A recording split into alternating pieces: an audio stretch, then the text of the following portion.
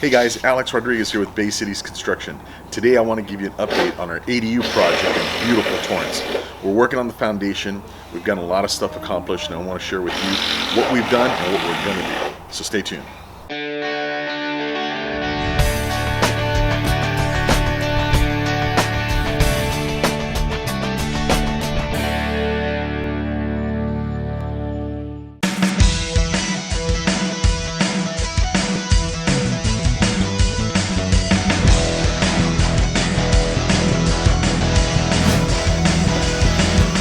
So we're here in front of the property. Just want to kind of give you a little quick recap. We're standing in front of the garage. It's going to be a 2-story ADU. We're going to have a kitchen upstairs, a living quarters, a bedroom downstairs, and the entrance to the house is kind of around the corner here. So what we've been working on over the last few weeks is the foundation setup. This is a slab foundation on expansive soil, so we had to do a little re-engineering from the original plans to make sure that the foundation was robust enough.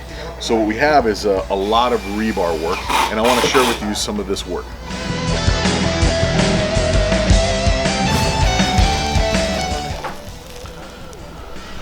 So this is some of the expansive soil we have to deal with. It's actually pretty bad. North Torrance is full of expansion soil. The foundation has to be engineered for this type of soil. Pretty much every house on this block has got some kind of foundation damage because of the soil. Because this is a new building, the current building codes apply, and this foundation will be much stronger than the foundation of the existing front house. So let me give you a little bit closer look at the foundation rebar architecture, and I'll tell you why we did what we did. This is the front door. Before I head inside into this pit, it looks like a mining camp here, but it's not. This is actually that we had to excavate a tremendous amount of dirt in order to be able to put the forms in, and also to create a barrier of gravel to protect the foundation from the expansive soil. So let's go in a little deeper. So you can see that we've got expansive soil everywhere. This stuff is really heavy. When it gets wet, it swells up. And you can see it's still a little moist. It's mostly dry, but it's very tacky. It's clay. It sticks back together. Where else can you have dirt that sticks back together? So anyway, when that swells, it starts to deform and put a lot of pressure on the foundation. So what we did here, I'm standing on a rock base. This is actually over 18 inches deep. And what that does is it creates a barrier between the soil and where the footings are going to be. So in here, we're going to put another footing for the staircase. Basically, you have the front door where we just walked in through.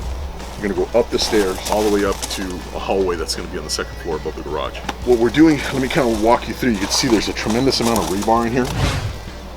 This is all number 5 high strength rebar, and it's got a very defined pattern so that the engineers designed this to resist this type of soil. So it took a lot of collaborating between our soils engineer and our structural engineer to come up with a design that we felt confident would resist the forces that this site has.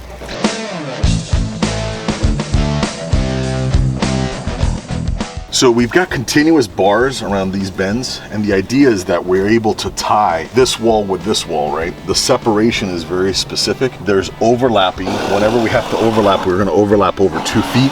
On the inside corners, there's a continuous deal here. And then these cages that you see here, this is for gravity load and also for seismic load. So there'll be compression and tension put on these sections here because it's the corner of the house. The engineers put together a very specific shear wall design that complements the design of the foundation. So everything is going to work together to resist earthquake forces, resist the force put on the foundation by the ground, swelling and contracting. There's a lot of stuff going on here, and it's taken, unfortunately, a little bit of time to be able to sort it out to get to the point where we feel comfortable moving forward. It's really important to get this part right because you can experience a lot of deformation, a lot of foundation damage if you don't get this part right.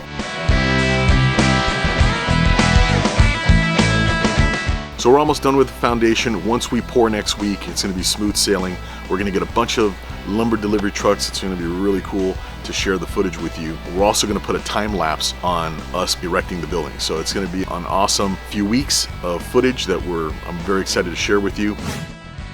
If you haven't liked our channel, or if you're not following us or subscribing, please click and subscribe and follow us. We put this content out to educate you so you have an idea of what it takes to build these really cool projects. Remember, if you have any comments or questions, go ahead and post them Either I or Brian are always responding to your comments and questions, so please do that. That makes it a lot more fun, a lot more interactive.